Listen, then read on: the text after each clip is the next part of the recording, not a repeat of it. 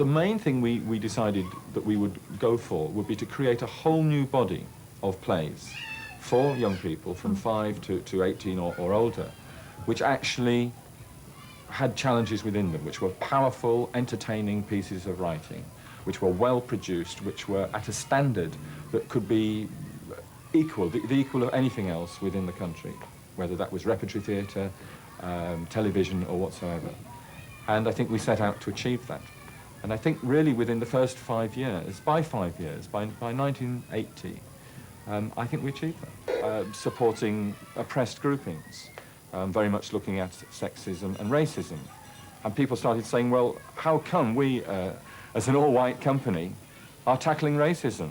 What about some black actors in the company? What about bringing the people who are racially oppressed into the group? And so we actively sought, initially through actors, but then in all other areas of the work, to bring in people from the black, from the Afro-Caribbean and Asian communities. And by, again, 1981, 82, we'd become very much a multiracial company. And now all of our units are racially mixed. We have a very strong commitment to looking at cultural oppression. I think anti-racism is a very strong part of our work. Keys, or what's going to happen next. So in that play, Sandra reaches over to the young lad who's run away. You know, he's run away, he's in tears. It's actually quite a long moment where a lot of the things are said by the way they do it. And the kids understand exactly what's meant by that long movement, the look to them, the reach over, the hand comes out. And you can hold that for a long time.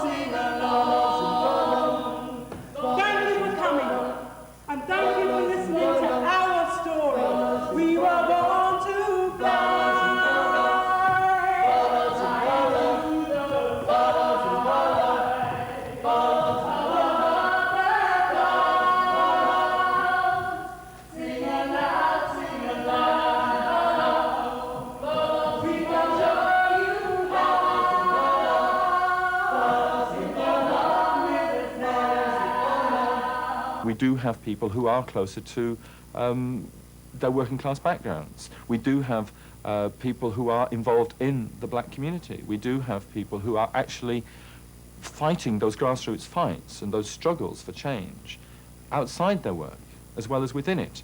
And I think, therefore, there's very little danger that they become detached, they become patronizing. I think it's very easy for theatre of this nature to become very liberal, to become institutionalized, and to become a sort of trendy flavor of the month or of the year. And I think there is a danger of that. I think there are dangers that the sort of things that we do and prioritize become token gestures for organizations and funding bodies who really aren't committed to change, but they want to have, they want to dress it up.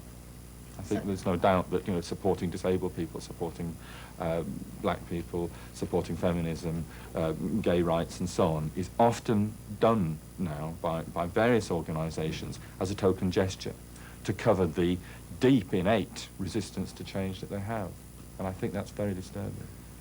The first 5 years, really, we spent on getting very good new plays together, well written, well directed, well performed and designed, because we knew the sort of content of the plays would be quite radical and controversial in some of the areas we go to. We go to very rural, very conservative areas in the country, as well as to the inner city areas. So we concentrated on that. We looked at thematic areas, anti-sexism, ecology, and really that culminated in a series of peace plays, which we toured in 1981.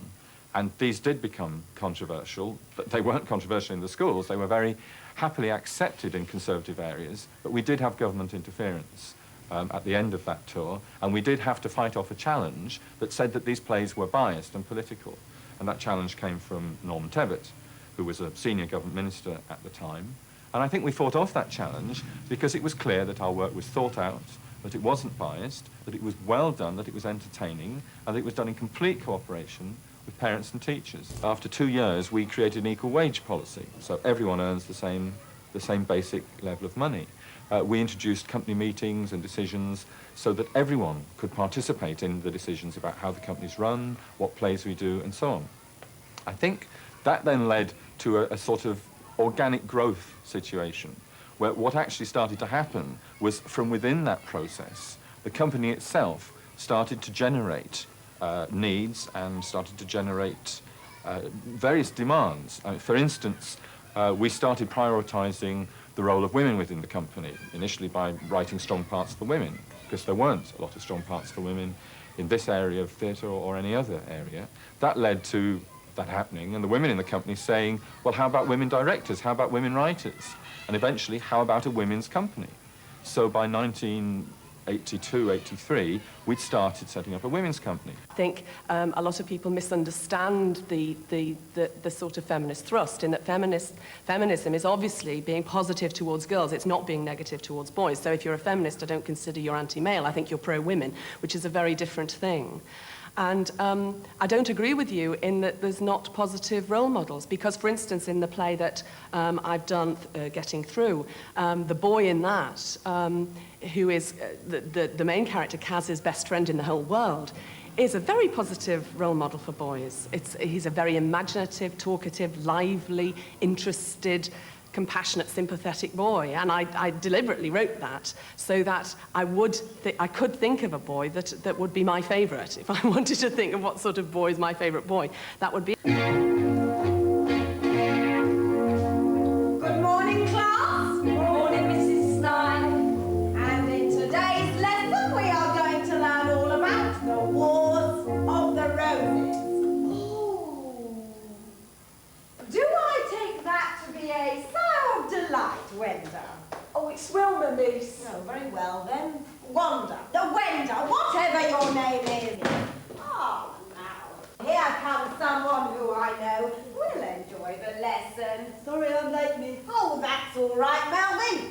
Better late than never, eh? Now, the Wars of the Roses. And you don't want to do it.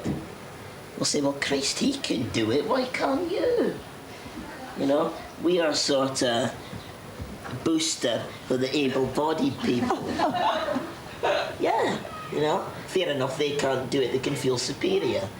It makes them feel good. Because, you know, there's been people interviewing, there's been people writing publicity and people sort of doing budgets and so on. I think it was very much how I felt that able-bodied people would cope with me being disabled. We kept on one of the initial responses at the beginning of the rehearsal period, and it was very much more fear on the part of the able-bodied actors. At one point in the show, I had to be lifted up and thrown forward. And of course, this was, good God, can we do this? Will we, you know? I said, yeah, go and see what happens if I break my leg. I'll break my leg, you know? They had my permission to do it, so they threw me, and I was okay. You know, that was all right. Before we do a show and we go to a school, we've got to go in, a couple of us go in and we talk to a teacher, we find out where the toilets are, where we're performing and everything. And there are times I've been in with Joe and I've asked questions to the teacher and they've been answered back to Joe, and I just felt, you know, I wasn't being taken seriously. I mean, have you had any experience like that where you've gone in with an able-bodied person and all the information's been given to the able-bodied person except you? Yeah, yeah, all the time. It doesn't just happen with that. It's happened all my life, but because my mother hasn't let me sit in Mass and made me do things, if I ask a question, they answer my mother, she won't answer for me, she will look to me. I think that this work is grossly underknown, in a sense, as you say, under-acknowledged, but also I think that the person in the street doesn't know that this is going on and doesn't know how good it is. And one of the things that I want to do is to try and raise funds for festivals, or to try and find ways of getting greater media links for work like this. And of course there's no career structure. I mean, I've been sort of at the top of this career structure for 10 years, since I was, 28. And it's not really changed since then. And I think it's up to people like me now to actually use that knowledge and experience and go out and start it all over again, really, but on a different level.